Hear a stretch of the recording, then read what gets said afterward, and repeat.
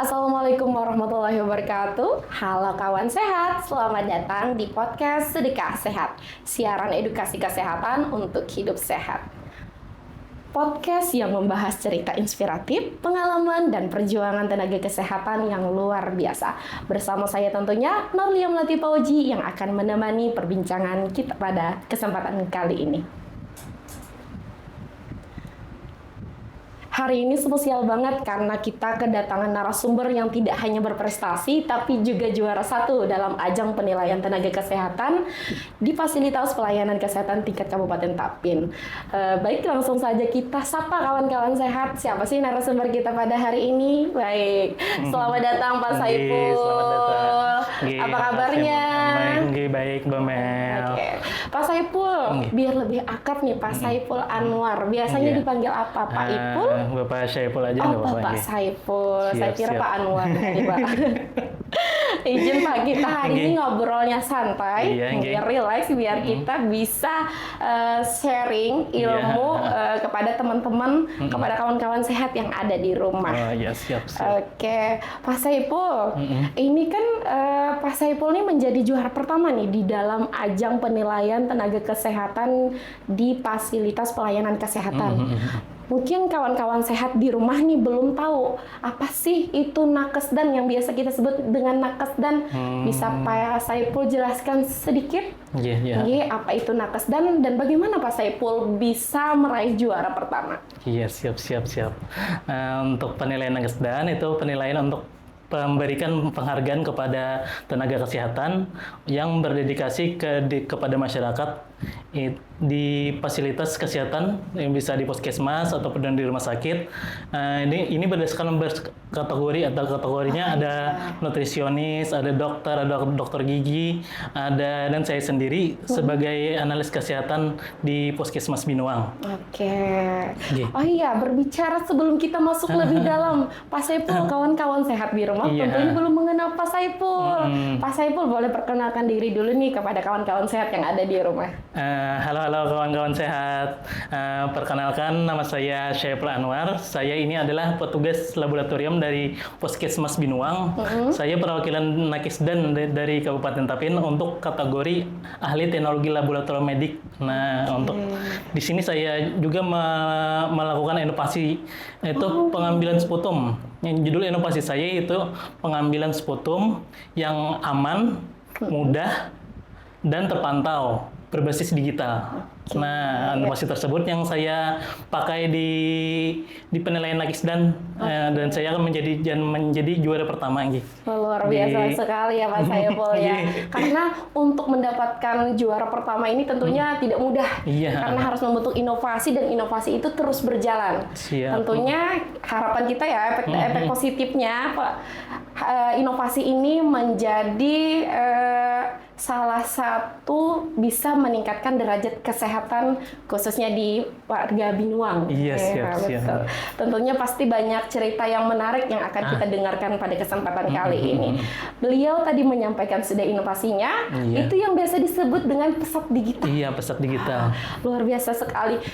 Pak Saiful, saya mau nanya nih, kenapa Pak Saiful adanya inovasi ini? Apa yang melatar belakangi? Apakah masyarakat Binuang mungkin, sebelumnya juga maaf kawan-kawan sehat, mungkin kawan-kawan sehat belum tahu persis, kan tadi sputum. Nah, mungkin kawan-kawan sehat belum mengerti apa itu sputum karena bahasa itu memang jarang kita gunakan. Bisa dijelaskan sedikit dulu sebelum kita masuk lebih dalam lagi. Oh iya, kalau sputum itu adalah yang bisa itu sampel yang dikeluarkan untuk di pemeriksaan dahak. Biasanya itu dari paru-paru. Kalau kita batuk berdahak kan biasanya ada dahaknya itu. Nah, itu ada di sana tuh ada itu leukositnya juga di sana juga, kemudian di situ ada bakterinya.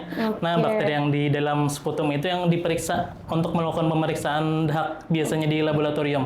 Oke, luar biasa sekali ya. Baik, kita masuk ke latar belakang tadi ya. Apa sih Pak, apakah masyarakat susah untuk datang ke puskesmas untuk memeriksakan dahaknya, atau apa yang melatar belakangi sehingga inovasi ini ada?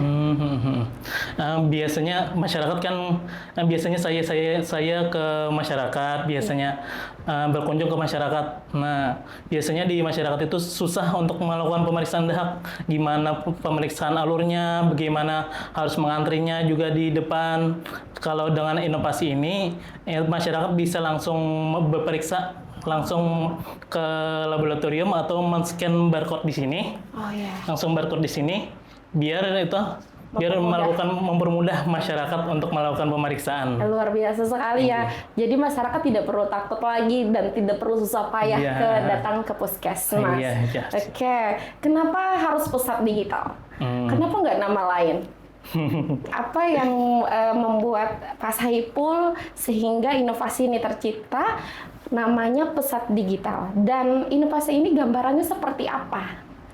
Inovasi ini untuk mempermudah masyarakat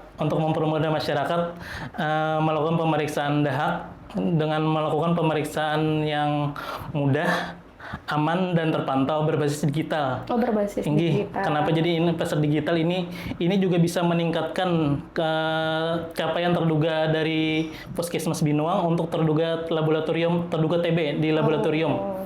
Dan juga untuk memantau kualitas sampel yang dikeluarkan oleh pasien sehingga hasil yang dikeluarkan menjadi baik, hasil yang dikeluarkan baik. Baik. Pak Saipul, mungkin kawan-kawan sehat yang di rumah masih bingung nih, dahak yang seperti apa, batuk yang seperti apa yang harus diperiksakan ke puskesmas, atau ada ciri-ciri tertentu nih. Mungkin kawan-kawan sehat yang di rumah masih menerka bagaimana sih batuk yang harus diperiksakan ke puskesmas. Apakah ada ciri-ciri spesifiknya, Pak Saipul bisa dijelaskan biar masyarakat lebih tahu? Oh iya, nah. Kalau untuk batuknya, biasanya usahakan itu yang dikeluarkan itu dahak, bukan air liurnya. Nah, biasanya itu ada tekniknya. Biasanya teknik mengeluarkan batuk berdahaknya ada juga sebelum melakukan mengeluarkan pemeriksaan dahak, dan itu setelah itu dahaknya itu diperiksa. Dahak yang berbentuk kental. Mungkin batuknya ada berapa waktu ciri-ciri, misalkan lebih dari 2 minggu ya Pak? Yang harus diperiksakan ya, lebih dari 2 minggu ya? Jadi ke kawan-kawan sehat yang di rumah, batuk yang memang harus diperiksakan adalah batuk yang lebih dari 2 minggu. Siap, yang batuk terus-menerus bisa juga. Batuk terus-menerus boleh. Apalagi Pak? Yang misalnya ada kontak dengan penderita TB juga bisa. Atau ada benjolan atau ada batuk berdarah. Bisa diperiksakan ke puskesmas ya, Pak. Ke puskesmas. Nih, seandainya mungkin kawan-kawan sehat juga di rumah bertanya nih, harus mulai mana? Misalkan nih mengalami ciri-ciri yang disebutkan tadi, harus mulai mana mendaftarnya? Apakah harus datang ke puskesmas atau bisa men-scan barcode lewat mana aja? Kalau untuk pendaftarannya, untuk melakukan pemeriksaannya, bisa melakukan di scan di sini dulu, kemudian di sini akan diarahkan ke bagian screening digital mandiri. Nah, screening digital mandiri itu nomor 3. Di sana dituliskan nama sama gejalanya. Kemudian di sana setelah dikirim skornya akan muncul bahwa itu bila di atas dari 100 itu terduga TB, kalau di bawah dari 100 itu bukan terduga TB, mungkin batuk biasa aja, bukan dikarenakan batuk TB. Berarti di sana ada surveinya gitu ya isinya? Ada formulirnya. Ada formulirnya. Berarti kawan-kawan sehat harus datang dulu ke puskesmas supaya bisa mengakses barcode ini? Bisa ada di sosial media Puskesmas Binuang juga ada. Ada di sosial media. Jika hasilnya mengarah ke TB, maka harus diperiksakan gitu ya Pak? Iya, boleh. Bisa langsung ke laboratoriumnya juga bisa. Tanpa harus mengantri di depan, bisa juga untuk pengambilan sampel dahaknya. Bisa melalui barcode ini? Iya. Terus bagaimana caranya masyarakat ini dipantau sehingga bisa memang benar-benar berjalan setelah pengantaran dahak? Kan kita perlu pemantauan apakah memang dahak itu dikeluarkan dengan benar atau cukup. Nah, bagaimana cara Bapak Saipul memantau melalui barcode ini? waktu pemeriksaan untuk melakukan pemeriksaan, biasanya pasien itu ada 2 kali pemeriksaan pengeluaran dahak. Iya. Itu ada di dahak sewaktu dan dahak pagi. Kalau dahak sewaktu itu dikeluarkan di laboratorium langsung, di sana juga ada tempat untuk mengeluarkan sampel dahak di dekat laboratorium. Ya. Di sana pasien bisa mengeluarkan dahaknya juga. Di sana juga akan dipandu cara mengeluarkan sampel dahak yang benar. Kemudian kalau sudah ada di situ akan dipantau juga kualitas dahaknya, apakah ini air liur atau sudah dahak. Nah, di sana kalau masih air liur biasanya disuruh mengulang untuk pengambilan dahak sewaktunya. Sedangkan untuk dahak pagi pemantauannya dilakukan di rumah saat bangun tidur. Nah, di sana melalui aplikasi saya, petugas kesehatan, petugas di laboratorium mengirim itu di aplikasi tersebut waktu. Boleh cerita nggak Pak nih aplikasi apa? Iya, biar kawan-kawan saya di rumah tahu. Nih sini ada aplikasi namanya Pesat Digital. Iya. Aplikasi ini bisa mengirimkan 30 kontak dalam satu kali pengiriman. Ini bisa terjadwal, bisa sebelum tidur, dikirimkannya, dijadwalkannya pengiriman pesannya, dan saat bangun tidur dan saat akan melakukan pengiriman sampel. Dan bisa diatur waktunya. Iya. Iya. Itu melalui SMS atau WA? Kalau aplikasi ini terhubung ke WhatsApp. Ketika petugas memprogramkan di aplikasinya, kemudian akan dikirimkan ke kontak tersebut melalui pesan WhatsApp. Melalui pesan WhatsApp ya. Wah, luar biasa sekali, menarik sekali nih. Jadi ada pengingat pribadi ya. Pengingat pribadi bahwasanya hari ini harus mengeluarkan dahak pada saat jam tertentu. Wah, menarik banget nih Pak Saipul. Inovasi ini kan sudah berjalan nih. Apa sih perubahan yang didapat setelah inovasi ini berjalan? Apakah ada penurunan atau peningkatan? Nah, bisa dijelaskan Pak Saipul. Kalau di sini itu kalau setelah ada inovasi ini, masyarakat jadi lebih mudah untuk melakukan pemeriksaan sampel. Nah, di sini juga akan berdampak kepada terduga TB yang melakukan pemeriksaan di laboratorium. Di sini terjadi peningkatan. Pada tahun 2024 itu ada 65 dalam setahun. Sedangkan setelah ada inovasi ini, tahun 2025 meningkat menjadi 95. Kemudian terjadi peningkatan juga untuk sampel yang positif rate, yang positifnya biasanya ada 12 sampai 13 dalam 2024, setelah ada inovasi ini menjadi 25 positif yang ditemukan. Luar biasa ya, akhirnya terjaring Pak ya, yang mana yang suspek TB sehingga penularannya pun akan menjadi sedikit karena sudah terpantau. Baik, mungkin kawan-kawan saya juga bertanya di rumah, apakah ini gratis? Iya. Untuk ini, pemeriksaan ini gratis karena ini dibiayai dari Dinas Kesehatan juga ada, sama dari asosiasi dari Global Fund. Global Fund untuk tuberkulosis. Nah, dari Dinas Provinsi juga ada programnya. Jadi semuanya gratis. Berarti ini mendukung salah satu program pemerintah ya? Siap. Untuk peningkatan SPM. Meningkatkan SPM. Bagus sekali ini Pak, luar biasa sekali dan menarik sekali untuk kita bahas pada kesempatan kali ini.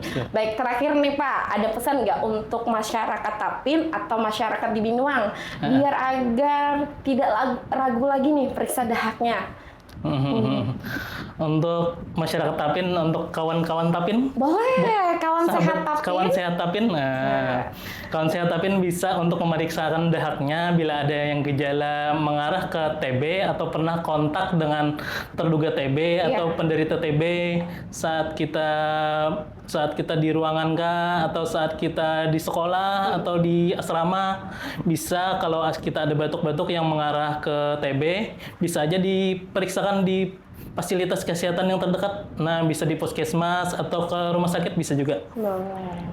Jadi tidak takut lagi untuk memeriksakan, lebih baik mencegah Pak ya daripada mengobati. Karena kita tahu Pak ya, pengobatan TB ini tidak sebentar. Karena perlu waktu yang lama juga. Nah, luar biasa sekali pesan inspiratif yang Bapak sampaikan pada kesempatan kali ini. Karena saya ngomong tadi pertanyaan terakhir, berarti habis ya Pak ya cerita pertanyaan kita pada hari ini. Baik Bapak, terima kasih. sudah berbagi cerita dan inspirasi di podcast Sedekah Sehat. Semoga Bapak selalu diberikan kesehatan dan terus menjadi teladan bagi semua orang. Siap, terima kasih Mbak Mel. Dan juga untuk kawan-kawan sehat yang di rumah, yang sudah mendengarkan episode pada hari ini, jangan lupa tebarkan kebaikan karena sehat bukan hanya untuk diri sendiri, tapi juga untuk sesama. Terus sehat, terus semangat, dan terus bahagia. Saya Norlia Melati Pauji, pamit undur diri. Wassalamualaikum warahmatullahi wabarakatuh. Dadah.